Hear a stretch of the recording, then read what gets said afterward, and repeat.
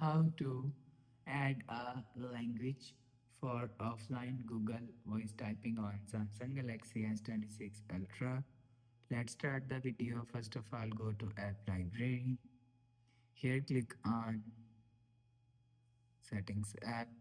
Now in Setting, scroll down and click on General Management. After click on General Management, click on Keyboard. After click on Keyboard, click on click on Google Voice Typing.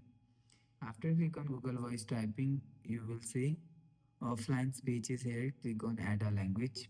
If you want to add a language for offline Google Voice Typing, so you will see languages here. If you want to add language, click on Language and click on Download. After click on Download, you will see languages download. After download language, go back to home screen. So that's how you can add a language for offline Google Voice typing on Samsung Galaxy S26 Ultra. If you like the video, please subscribe. Thanks for watching.